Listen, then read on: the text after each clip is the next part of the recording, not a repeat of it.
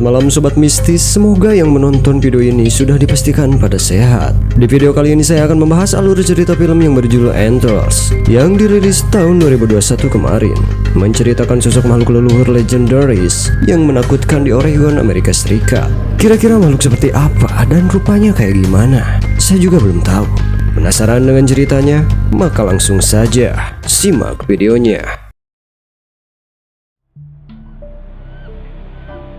Di suatu pagi yang halenghum dan sejuk di dalam sebuah tambang di pinggiran Oregon yang terbengkalai, seorang bocah yang bernama Lucas disuruh oleh ayahnya yang bernama Frank untuk diam di mobil karena sang ayah akan menyelesaikan pekerjaannya di dalam tambang.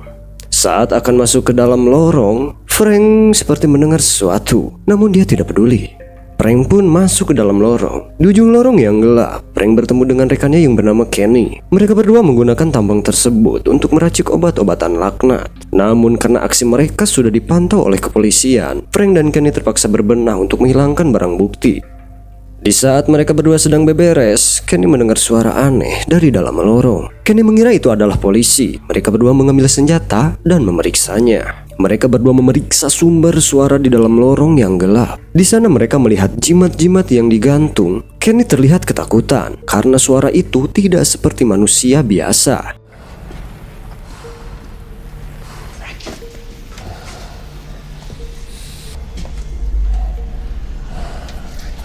Tiba-tiba, mereka diserang oleh makhluk yang sangat buas. Di luar karena ayahnya tidak kunjung muncul, Lucas pun memberanikan diri untuk masuk.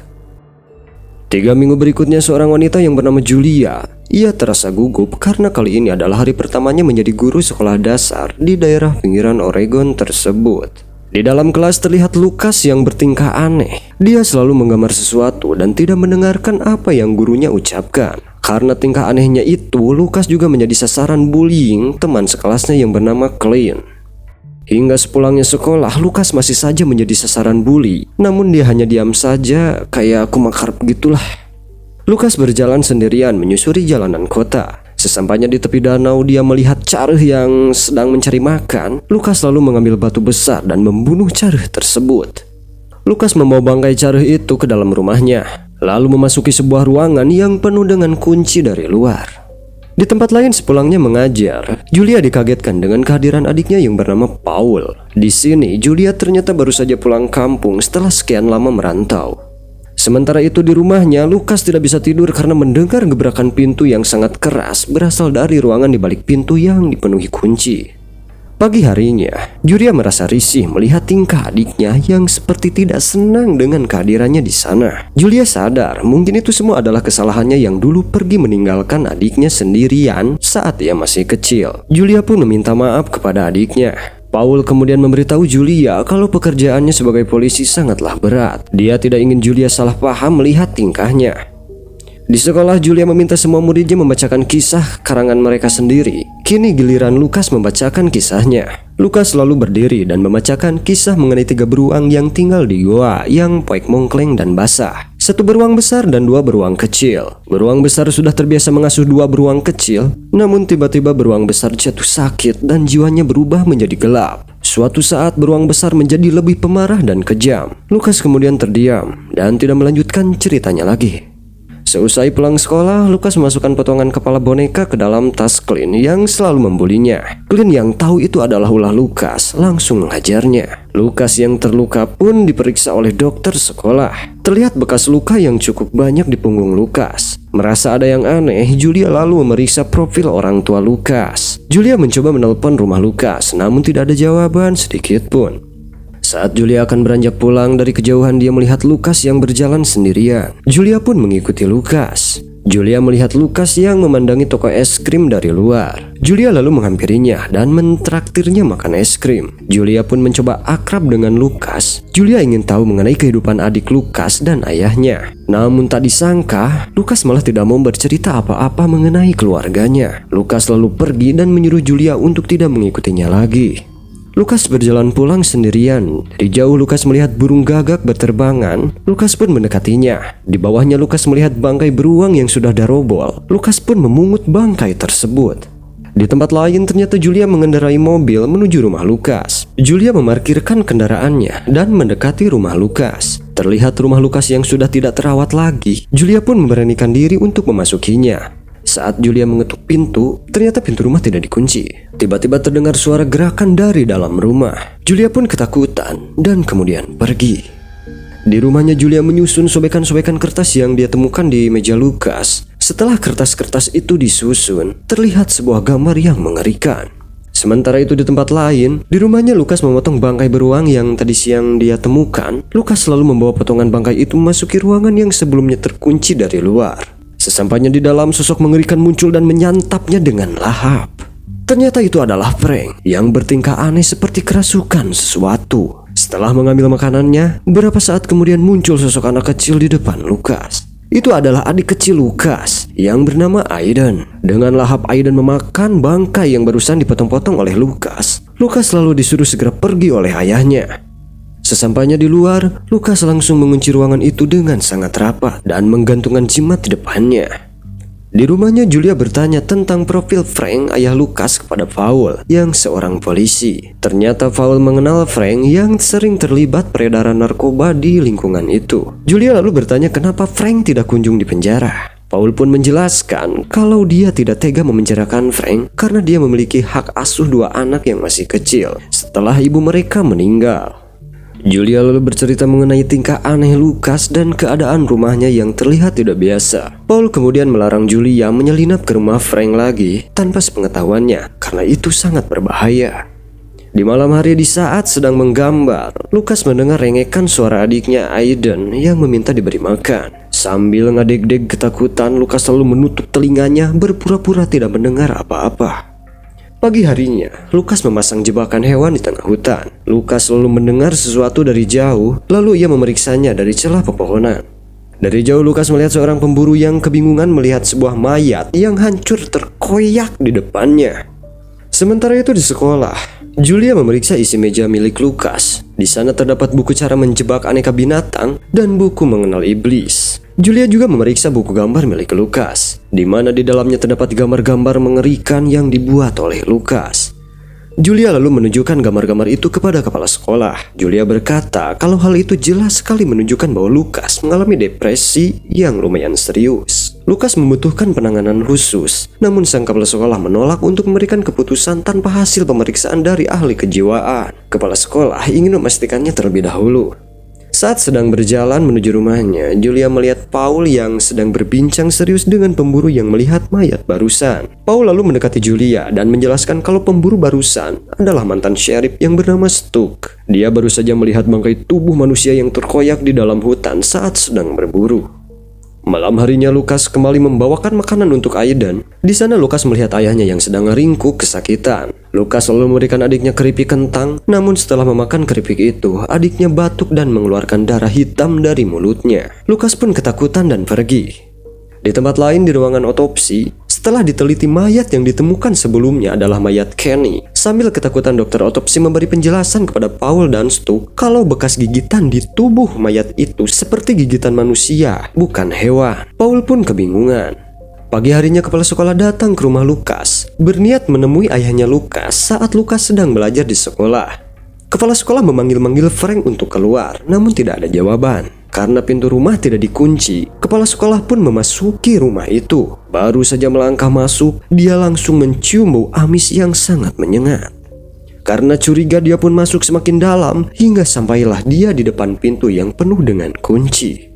Karena mendengar suara tangisan Aiden dari dalam, dia pun memberanikan diri membukanya dan memasukinya. Kepala sekolah menyusuri tangga menuju loteng. Sesampainya di atas, dia melihat Aiden yang ketakutan. Lalu tiba-tiba dari belakang, dia diserang oleh Frank.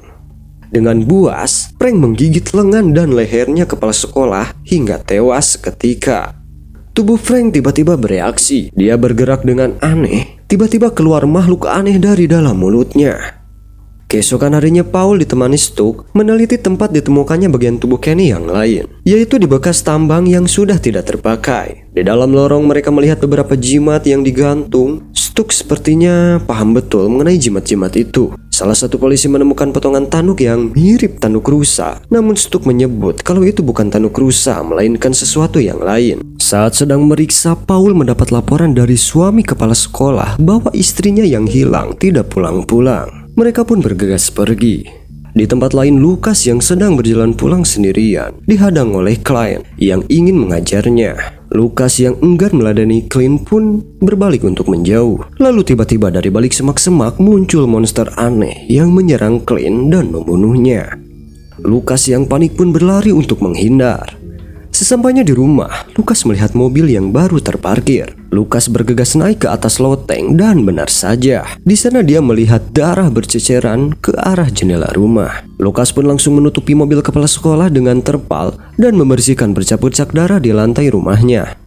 Di tempat lain, Paul bertanya kepada Julia kapan terakhir kalinya dia bertemu kepala sekolah. Karena sudah 2 hari ini dia menghilang tidak pulang ke rumah. Julia lalu menjelaskan kalau terakhir kali mereka bertemu, mereka membahas Lukas yang bertingkah aneh. Malam itu juga, Paul dan rekannya menggedor pintu rumah Lukas, namun tidak ada jawaban. Karena mereka tidak membawa surat penggeledahan, mereka pun pergi dan berniat kembali lagi besok hari. Siang harinya di dalam sekolah, Ibu Clint melaporkan anaknya yang tidak kunjung pulang sejak kemarin kepada Paul. Julia yang merasa ada sesuatu yang aneh memaksa Paul untuk memeriksa rumah Frank. Namun Paul tidak bisa bertindak gegabah sebelum surat perintah diturunkan. Julia lihat Lukas yang ketakutan di dalam ruang kelas. Julia pun berinisiatif untuk mendatangi rumah Lukas sendirian. Di halaman rumah, Julia terkejut saat melihat mobil kepala sekolah terparkir di sana. Singkat cerita, para polisi pun menemukan tubuh kepala sekolah yang sudah hancur di dalam loteng rumah. Para polisi juga menemukan tubuh Frank yang hangus dan terbelah, seperti sesuatu keluar dari dalam tubuhnya. Di luar rumah, Julia memeluk Lukas dan mencegahnya masuk ke dalam rumah. Julia dan Paul lalu membawa Lukas ke rumah sakit. Dokter yang memeriksa Lukas memberitahu kalau Lukas mengalami dehidrasi parah dan kekurangan gizi kronis. Lukas akan dirawat semalam di rumah sakit. Julia lalu minta Paul untuk membiarkannya merawat Lukas di rumahnya setelah keluar dari rumah sakit, karena itu adalah tanggung jawabnya. Lukas pun tertidur dan teringat dengan apa yang terjadi pada ayahnya. Setelah kejadian di dalam tambang, ayahnya terlihat kesakitan dan berusaha mengeluarkan sesuatu di dalam mulutnya. Ayahnya menyebut kalau dia sedang sakit. Frank lalu memasang beberapa kunci dari luar pintu. Frank lalu menyuruh Lukas dan Aiden menguncinya dari luar apapun yang terjadi. Frank pun langsung masuk dan Lukas bergegas menguncinya. Beberapa hari berikutnya Aiden mengalami sakit yang sama dengan yang Frank rasakan. Frank lalu menarik Aiden masuk dan menyuruh Lukas mengunci mereka dari luar.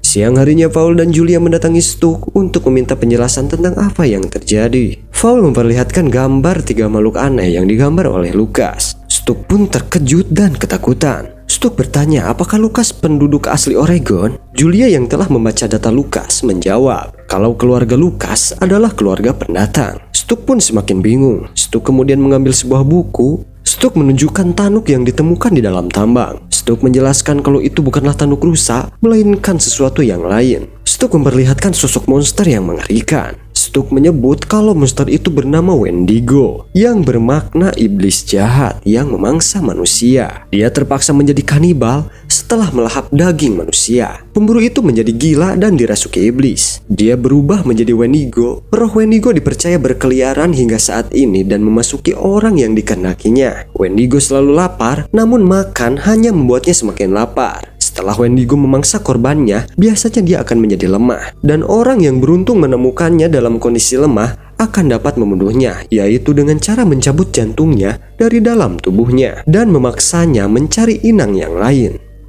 Di perjalanan pulang, Paul mendapat telepon dari rekannya yang memberitahukan kalau mereka menemukan sesuatu di pinggiran hutan. Paul pun bergegas menuju TKP. Sampainya di TKP, Paul menemukan tubuh Clint yang sudah terkoyak-koyak dimakan sesuatu yang ganas. Paul pun mencoba menenangkan anak buahnya. Dia akan mengatasi ini dan meminta saran dari wali kota.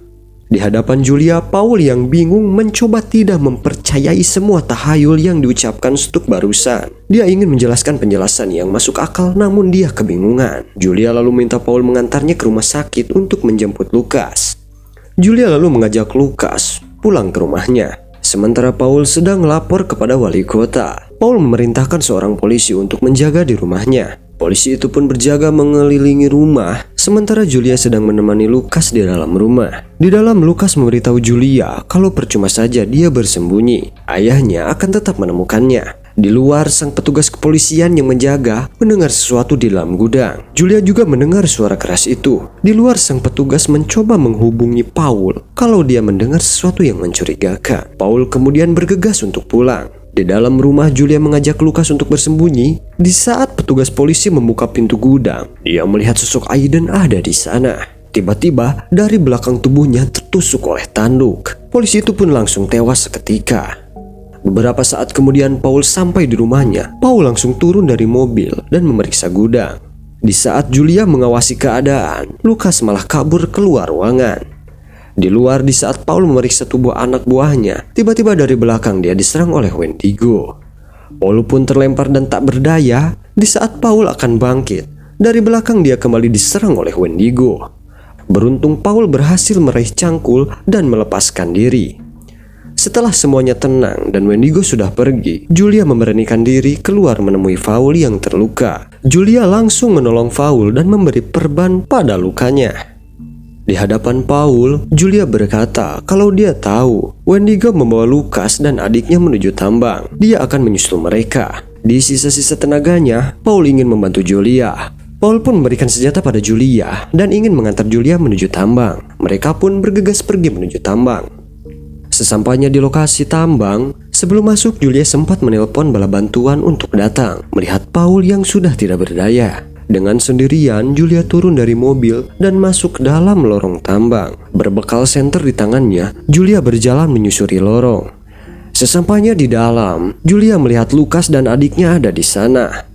Di samping mereka terlihat Wendigo yang sedang melahap tubuh beruang. Wendigo itu lalu berbalik melihat ke arah Julia. Julia pun berusaha menembaknya, namun sia-sia. Julia lalu meraih satu flare dan menyalakannya. Julia kemudian mengambil besi di sampingnya dan menusuk tubuh Wendigo beberapa kali. Ternyata gerakan Wendigo melambat setelah memakan mangsanya. Julia berhasil menusuk leher Wendigo, namun Wendigo masih tetap hidup. Di saat Wendigo akan meraih Julia, dari belakang Lukas menusuk jantung Wendigo dan membuatnya tumbang. Mengetahui Wendigo belum mati, Julia langsung mengambil pisau dan merobek dada Wendigo. Dari dalamnya Julia berusaha mengeluarkan jantung Wendigo yang menyala dan sangat panas. Akhirnya Julia berhasil membunuh Wendigo itu, lalu tiba-tiba dari belakang Aiden beraksi. Aiden berteriak dan bergerak secara aneh. Terlihat Wendigo di dalam tubuhnya Aiden hendak keluar. Julia lalu meraih pisau dan hendak membunuhnya. Namun Lukas berdiri mencegah Julia melakukannya. Julia kemudian memberi pengertian pada Lukas kalau adiknya tidak akan pernah bisa disembuhkan. Dan Lukas juga tahu tentang hal itu. Lukas yang sadar akhirnya membiarkan Julia mendekati Aiden. Julia kemudian memeluk Aiden dan menancapkan pisaunya di jantung Aiden. Beberapa hari kemudian di samping danau, Paul yang sudah baikan bertanya pada Julia apakah dia yakin akan merawat Lukas. Karena mereka tidak tahu apakah Lukas memiliki Wendigo atau tidak di dalam tubuhnya. Julia lalu menjawab kalau dia akan merawat Lukas dan dia akan menyayangi Lukas. Paul lalu bertanya, jika saatnya tiba, apakah Julia mampu membunuh seseorang yang dia sayangi? Julia pun hanya diam saja. Film pun diakhiri oleh Paul yang terlihat batu dan mengeluarkan darah hitam dari dalam mulutnya. Kunaon si Paul? Oke, gimana tuh ceritanya? Kasihan si Lukas ini, dia harus kehilangan ayah dan adiknya. Oke, mungkin itu saja alur dari film ini. Sampai ketemu di video selanjutnya.